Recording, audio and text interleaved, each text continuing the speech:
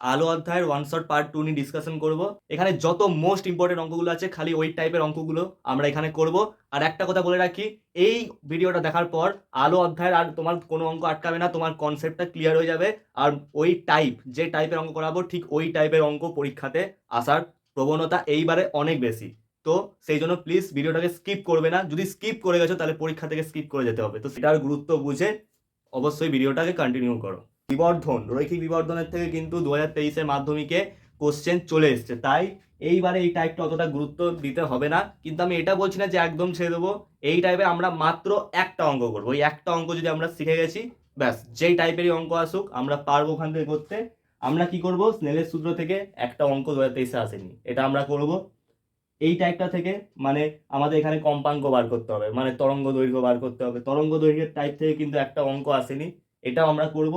আর চ্যুতিকোণ, চ্যুতিকোণটা কিন্তু এবারে ইম্পর্টেন্ট আছে, চ্যুতিকোণ থেকেও কিন্তু আসেনি, চ্যুতিকোণটা ইম্পর্টেন্ট আছে। আর লেন্স ক্ষমতা এটা আসেই না, এটা আমি পরে বুঝিয়ে দেবো লাস্টের দিকে। ব্যাস এই তিনটে টাইপ, স্নেলের সূত্র, তরঙ্গ দৈর্ঘ্য আর চ্যুতিকোণ, এই টাইপের যদি অঙ্ক দিয়েছেও তবু তোমরা করে আসতে পারবে। তো দেখো কি বলছে, দেখো বলছে একটা বস্তু দৈর্ঘ্য 5 সেন্টিমিটার, বলেছে এটিকে উত্তল লেন্সের সামনে 2 সেন্টিমিটার দূরত্বে রেখে 10 সেন্টিমিটার দৈর্ঘ্যের প্রতিবিম্ব পাওয়া গেল। বলেছে কি রৈখিক বিবর্ধন আর প্রতিবিম্ব দূরত্ব কত। একটা জিনিস ঠিক করে মাথায় রাখবে, এই বিবর্ধনের দুটো ফর্মুলা আছে, একটা আছে m equal to V by u, আরেকটা কি আছে, আরেকটা আছে m equal to I by o. মানেটা কি, ভি বাই ইউটা হয়েছে প্রতিবিম্বের দূরত্ব বাই বস্তুর দূরত্ব, আর আই বাই ওটা কি বলতো, প্রতিবিম্বের দৈর্ঘ্য বাই বস্তু দৈর্ঘ্য। ঠিক আছে, এইটা দূরত্ব দিয়ে, আর আই বাই ও যেটা সেটা দৈর্ঘ্য দিয়ে, এটা মনে রাখবে। এবার কোশ্চেনে দেখো ঠিক করে কি বলছে, দেখো কি বলেছে, এটা বলেছে বস্তুর দৈর্ঘ্য, দৈর্ঘ্য বলেছে। আবার এখানে দেখো যেটা বলেছে যে উত্তলাংশের সামনে 2 সেন্টিমিটার দূরত্বে রেখে 10 সেন্টিমিটার দৈর্ঘ্যের, 10 সেন্টিমিটার দৈর্ঘ্যের প্রতিবিম্ব বলেছে। তাহলে আমাদেরকে এখানে প্রথমে m equal to I by ওটাকে ব্যবহার করতে হবে। ওটা যখন বেরিয়ে যাবে, ওখানে যখন আমরা বিবর্ধন পেয়ে যাব, রৈখিক বিবর্ধন m equal to I by o. এখানে আই সমান কি, প্রতিবিম্বের দৈর্ঘ্য, আর এখানে ও সমান কি, বস্তু দৈর্ঘ্য। এটা তোমরা এইভাবে ব্র্যাকেটে মেনশন করে দেবে, ঠিক আছে? এখানে আমি আর লিখলাম না, তোমরা এটা মেনশন করবে, কিংবা যেভাবে আমি রৈখিক বিবর্ধনটা লিখেছি ওইভাবে তোমরা ওই প্রতিবিম্বের দৈর্ঘ্য লিখে ব্র্যাকেটে আই করে দেবে, আর বস্তুর দৈর্ঘ্য লিখে ব্র্যাকেটে ও করবে।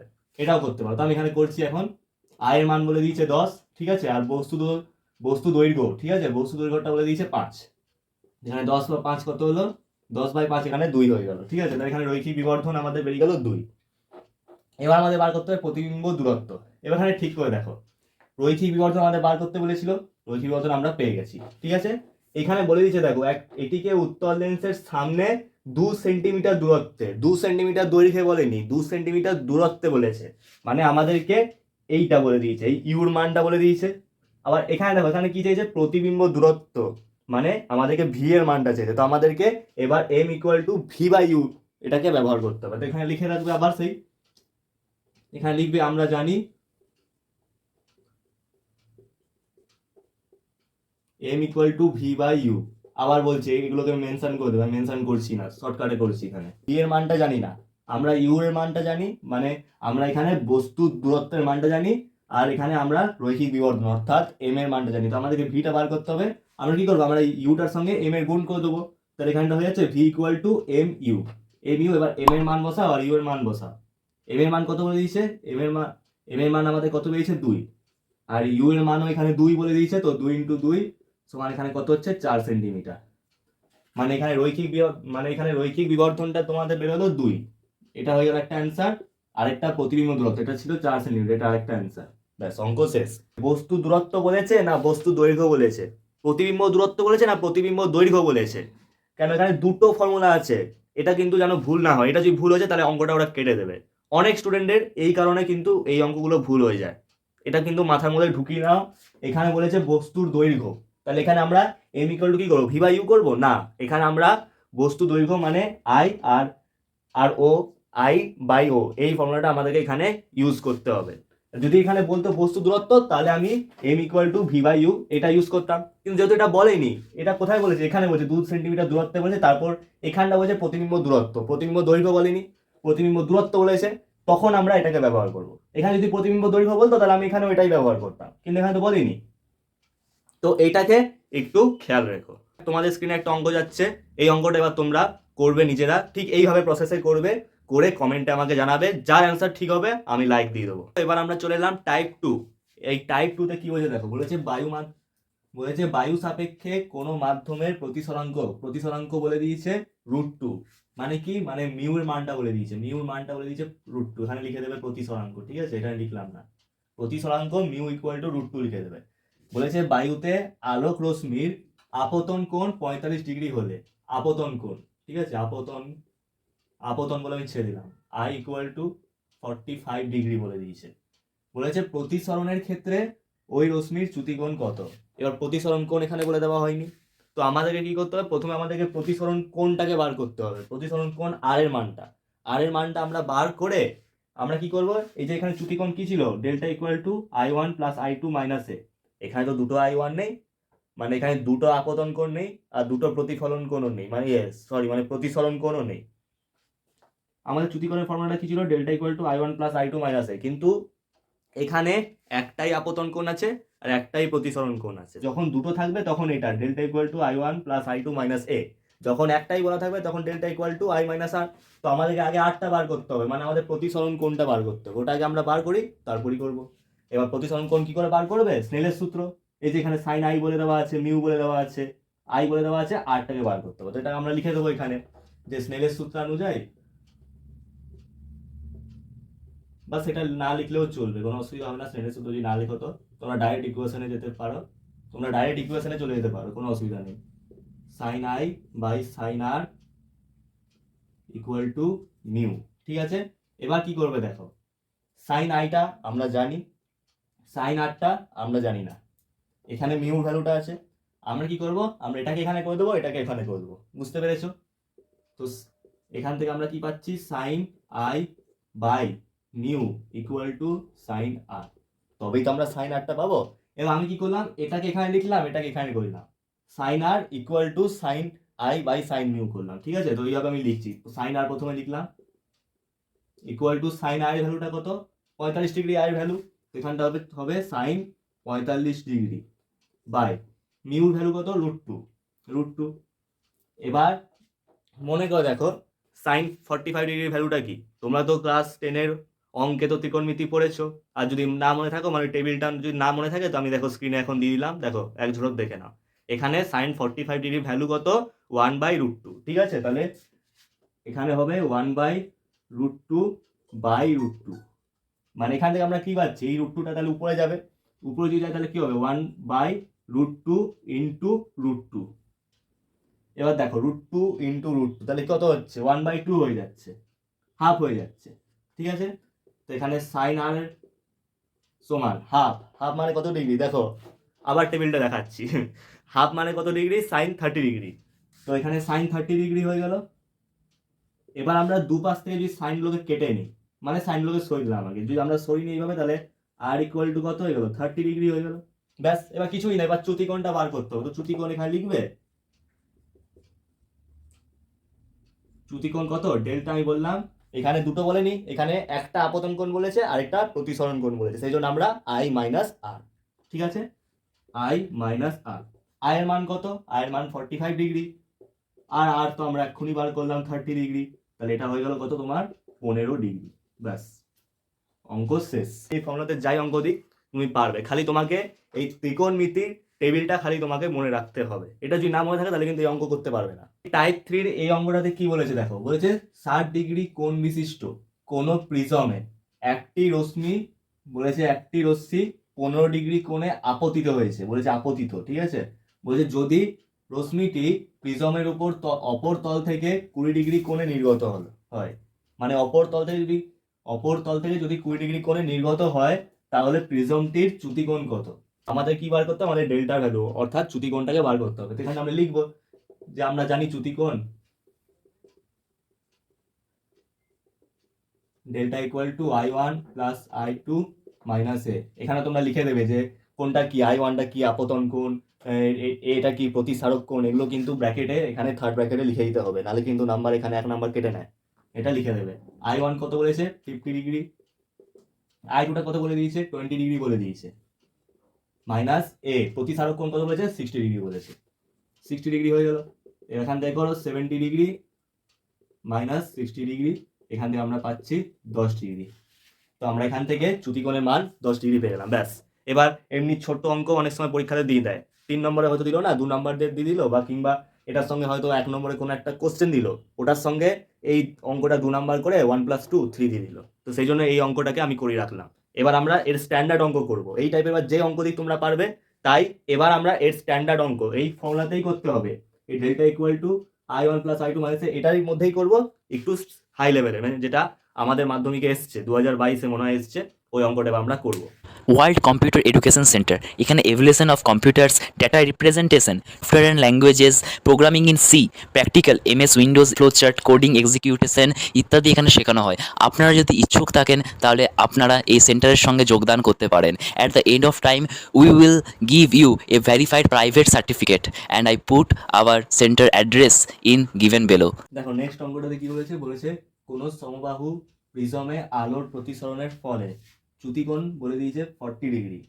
বলছে প্রিজমের মধ্য দিয়ে, এখানে প্রিজম আছে, ঠিক আছে, প্রিজম লেখা আছে, প্রিজমের মধ্য দিয়ে রশ্মির গতিপথ প্রিজমের ভূমির সমান্তরাল হলে, প্রিজমের ভূমির সমান্তরাল হলে প্রিজমের প্রথম পৃষ্ঠে আপতন কোণ বের করতে বলেছে। মানে এটা কি, যেমনি আমাদের প্রিজমটা ছিল, আমরা যেমনি এই যে প্রুফটা করেছিলাম, এখানে যেমনি প্রিজমটা ছিল অমনি প্রিজম আগে আমরা এঁকে নিই, A B C।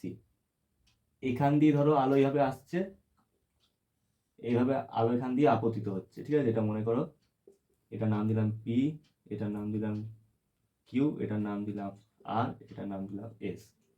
এবার এখান দিয়ে অবিলম্বটাকেও করে দিই,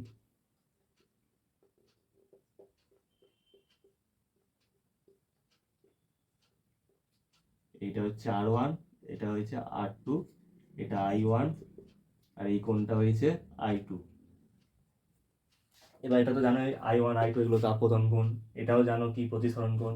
এবার এখানে কি বলেছে দেখো, বলেছে যে প্রিজমের মধ্য দিয়ে রশ্মির গতিপথ প্রিজমের ভূমির সমান্তরাল, মানে এই যে গতিপথটা, এই যে গতিপথ, এটা ভূমির সমান্তরাল যদি হয় তাহলে প্রিজমের প্রথম পৃষ্ঠের আপতন কোণ, প্রথম পৃষ্ঠের আপতন কোণ, I1 বলেনি কিন্তু, প্রথম পৃষ্ঠের আপতন মানে এই যে পৃষ্ঠটা, এই আপতন কোণ। এবার দেখো আপতন কোণ এখানে I1ও আছে I2ও আছে, এবার আপতন কোণ বলে দেওয়া হয়নি, বলছে এই গোটা পৃষ্ঠের আপতন কোণ। এবার এই গোটা পৃষ্ঠের আপতন কোণ মানে I1 আর I2 এর ভ্যালুটা সমান হবে। তো আমাদেরকে I বার করতে হবে, আর I এর মান তো আমরা জানি না, I1 আর I2 এর মানটাও জানি না, তাহলে আমরা এখানে ধরবো I equal to I1 equal to I2, এটা আমাদেরকে এখানে ধরতে হবে। কেন, এখানে R1 সমান যদি R2 হয় তাহলে I1 সমান I2 হবে, এখানে R1 আর R2 সমান, তো I1 আর I2 ও সমান হবে।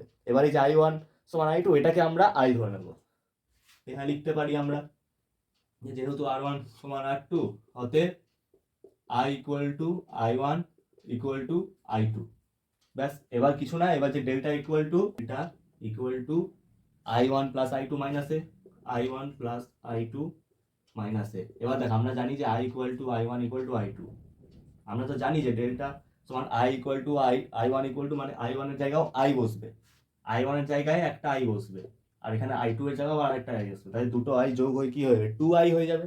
তো এখানে আমরা কি করবো, এখানে আমরা ডাইরেক্ট 2I মাইনাস A বসিয়ে দেবো, ঠিক আছে।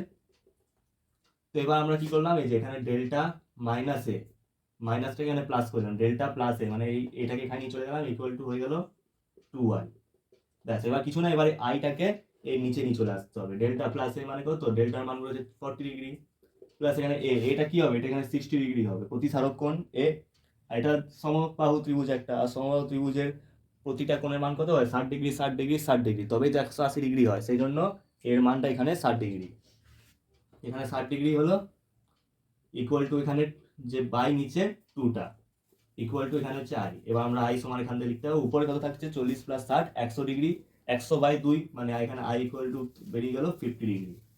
এটাই হয়েছে প্রথম পৃষ্ঠের আপতন কোণ, বেরিয়ে গেল অ্যান্সার আমাদের। এই টাইপের উপর এই বছর অঙ্ক আসার চান্স অনেকটা বেশি, খালি এটাকে শিখবে ভালো করে, শিখে এই টাইপের আরো অঙ্ক যদি তোমরা প্র্যাকটিস করেছো তো দেখবে হয়ে যাবে। তো দেখো কি বলছে একটা আলো বায়ু মাধ্যম থেকে অপর একটা মাধ্যমে গেছে, ওটাই বলছে যে বায়ু মাধ্যম থেকে অপর একটা মাধ্যমের উপর আপতিত হয়েছে, এই মাধ্যমটির প্রতিসরাঙ্ক 1.5 হলে এবং মাধ্যমটিতে আলোর তরঙ্গ দৈর্ঘ্য 4000 অ্যাংস্ট্রম, 4000 অ্যাংস্ট্রম হলে বায়ু মাধ্যমে আলোটির তরঙ্গ দৈর্ঘ্য কত, আর বলেছে ওই মাধ্যমটিতে আলোর বেগ কত। বায়ু মাধ্যমে আলোর তরঙ্গ দৈর্ঘ্য বলেছে। শূন্য মাধ্যমে বা বায়ু মাধ্যমে আলোর তরঙ্গ দৈর্ঘ্য মানে এইটা সিটা হয়েছে শূন্য মাধ্যমের। দেখো দেখো যখনই শূন্য মাধ্যমে বা বায়ু মাধ্যমে তরঙ্গ দৈর্ঘ্য হবে তখন আমরা এই ভিটাকে এন ল্যামডা ধরবো, ঠিক আছে? তখন আমরা সিটাকে রাখবো যেমনি ছিল সেমনি রাখবো। কিন্তু যখনই যখনই বলবে যে ওই মাধ্যমের তরঙ্গ দৈর্ঘ্য, এখানে দেখো এখানে বায়ু মাধ্যমে আলোটির তরঙ্গ দৈর্ঘ্য বলেছে, এটা যদি বলতে চাই যে এখানে এমনি বলে যে এই মাধ্যমটির আলো তরঙ্গ দৈর্ঘ্য মানে এই মাধ্যমটির তরঙ্গ দৈর্ঘ্য, যদি এটা বলতো তাহলে আমরা এই সিটাকে আমরা এন ল্যামডা করে দিতাম, এই সি এর মানটা তখন আমরা এন ল্যামডা করে দিতাম। কিন্তু যেহেতু এখানে বলেছে যে বায়ু মাধ্যমে, সেই জন্য আমরা সিটাকে নিয়ে কাজ না করে উল্টোটা মানে ভিটাকে নিয়ে আমরা কাজ করব। লাস্টে বলছে এই মাধ্যমটিতে আলোর বেগ কত, মানে শূন্য মাধ্যমটা না, আরেকটা যে মাধ্যমটা ছিল ওই মাধ্যমের আলোর বেগ বার করতে হবে। প্রথমে আমাদের বার করতে হবে বায়ু মাধ্যমে আলোর তরঙ্গ দৈর্ঘ্য, তারপর এটা। তো কি করতে হবে, আমরা তো জানি, প্রথমে লিখবে যে আমরা জানি, এমনি করে লিখবে যে আমরা জানি প্রতিসরাঙ্ক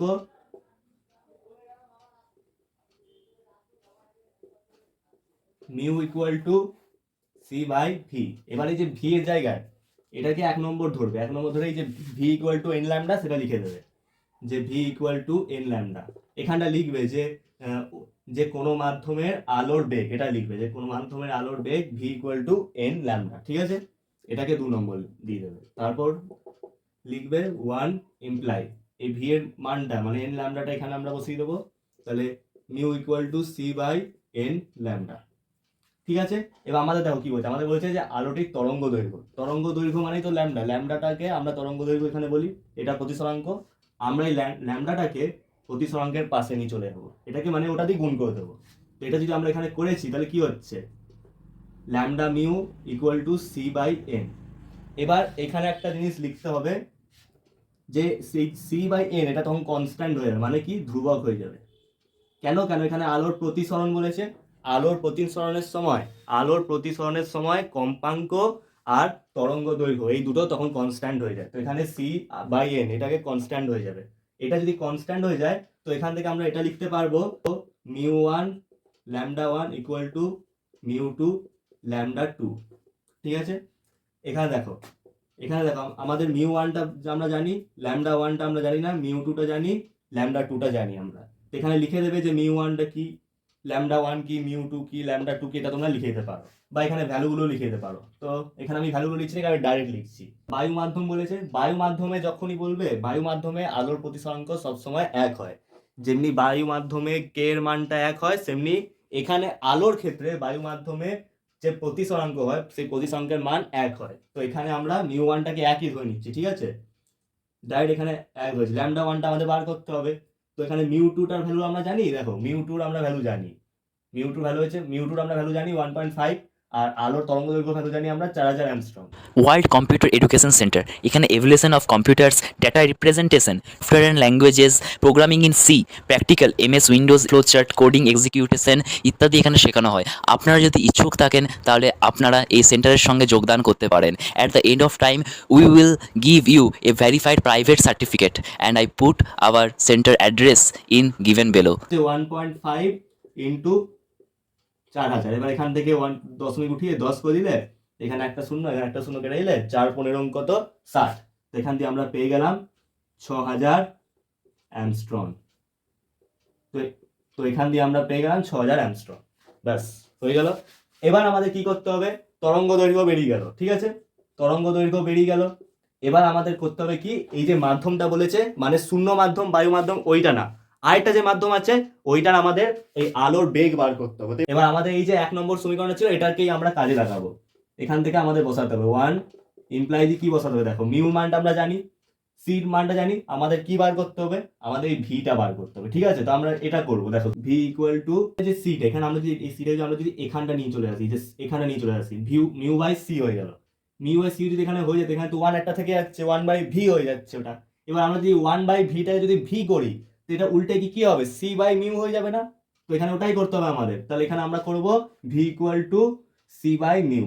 এবার এখানে আমরা ভ্যালু বসিয়ে দেবো। সি এর মানটা কি, আমরা সবাই জানি শূন্য মাধ্যমে বা বায়ু মাধ্যমে আলোর বেগ কত হয়, 3 × 10⁸। তো এখানে 3 × 10⁸ হয়ে গেল, বাই নিচে কি থাকলো 1.5 রয়ে গেল। ব্যাস এবার এটাকে আমরা ক্যালকুলেশন করবো। এখানে 1.5 এ 10 হয়ে গেল। এবার এখানে দেখো 3 5 15 হয়ে গেল, ঠিক আছে? এবারে 5/10 এটাকে আমরা যদি উল্টে দিই, 5/10টা আমরা যদি উল্টে দিই তো 10/5 হয়ে যাবে। এখানে 10⁸ ইন্টু 10/5 হয়ে গেল, এখানে 5 দুগুণে 10 হয়ে গেল, তো এটা কত হয়ে গেল 2 ইন্টু 10⁸8। এটা হচ্ছে আমাদের অ্যান্সার। এই একটা অ্যান্সার বেরিয়ে গেল, আর সেকেন্ডের অ্যান্সারটাও আমাদের বেরিয়ে গেল। কঠিন ছিল কিছু? কিচ্ছু কঠিন নেই, খালি তোমাদেরকে মাথাটা ঠান্ডা রাখতে হবে। আর এই যে ফর্মুলাগুলোকে আছে, তোমাদের ফর্মুলাগুলো কিন্তু ভালো করে জানতে হবে। শুধু ফর্মুলা পড়ে নিলে, ওটাকে রেডি করে নিলে তাহলে কিন্তু হবে না। তোমাকে টার্মসগুলো, এক একটা টার্ম, এটা কি, এটা হচ্ছে প্রতিবিম্ব দূরত্ব, এটা কি বস্তু দূরত্ব, এটা কি প্রতিবিম্বের দৈর্ঘ্য, এটা কি বস্তুর দৈর্ঘ্য, এটাকে তোমাকে লিখে লিখে বারবার প্র্যাকটিস করবে। আমি তোমাকে এটা বলছি, ভৌত বিজ্ঞানে এটাই সবার বেশি প্রবলেম হয় যে ফর্মুলাটার জন্য নাম্বারটা সবার চলে যায়। তুমি যদি ফর্মুলা জানো না, তোমাকে সূত্র মুখস্থ করতে হবে না, তোমার কিছু মুখস্থ করতে হবে না, তুমি ফর্মুলার কনসেপ্টে করে নাম্বার পেয়ে যাবে। আর যে যেমনই হোক, তুমি যদি যেমন স্টুডেন্ট হও না কেন, একটু খালি মাথাটাকে খাটাও, একটু খালি আইডিয়া করে পড়ো, দেখবে তুমি টেস্ট পেপার, তুমি যে কোনো পেজ খোলো, যে কোনো পেজ হয়তো একটু কঠিনই খুললে, তুমি দেখবে ফর্মুলার উপরে আধা আধা জিনিস হয়ে যাচ্ছে। আর আলো চ্যাপ্টার, চলতরিৎ, এগুলোতে তো হওয়া উচিত না, এগুলো অতটাও কঠিন নয়। তুমি একবার ঠিক করে ভাবো, অর্গানিক কেমিস্ট্রি কতটা কঠিন, অর্গানিকের সঙ্গে এটা তুলনা হয়? অর্গানিক থেকে এই চ্যাপ্টারগুলো অনেকটা সহজ। তুমি যদি একটু খালি খালি একটু একটু খালি ফোকাস করো, আর একটু বুঝে বুঝে পড়ো, মুখস্থ না করে বুঝে বুঝে পড়ো, ডেরিভেশনগুলো মনে রাখলে তুমি লিখে দেবে। যদি তোমাকে বলে যে রৈখিক বিবর্ধন কি, কাকে বলে, কোনো মাধ্যমের আলোর প্রতিবিম্ব দূরত্ব আর বস্তু দূরত্বের অনুপাতকেই বলা হয় রৈখিক বিবর্ধন, ব্যাস তোমাকে মুখস্থ করতে হলো। আমি কি মুখস্থ করেছি? আমি এই ইকুয়েশনটা দেখেই বলে দিয়েছি। তোমাকে এটা করতে হবে, এইভাবে পড়ো, আর অসুবিধা হবে না। যে চ্যাপ্টারই হোক তোমার অসুবিধা হবে না। ফিজিক্সের যে পার্টগুলো আছে, চলতরিৎ, আলো, তারপর যে তাপের চ্যাপ্টারটা আছে, গ্যাসের আচরণ তো খুবই সহজ, এগুলোতে অসুবিধা তোমার হবে না তুমি যদি এইভাবে পড়েছো। ঠিক আছে, আমার এই কথাটা খালি শুনে চলো, দেখবে কিছু হবে না।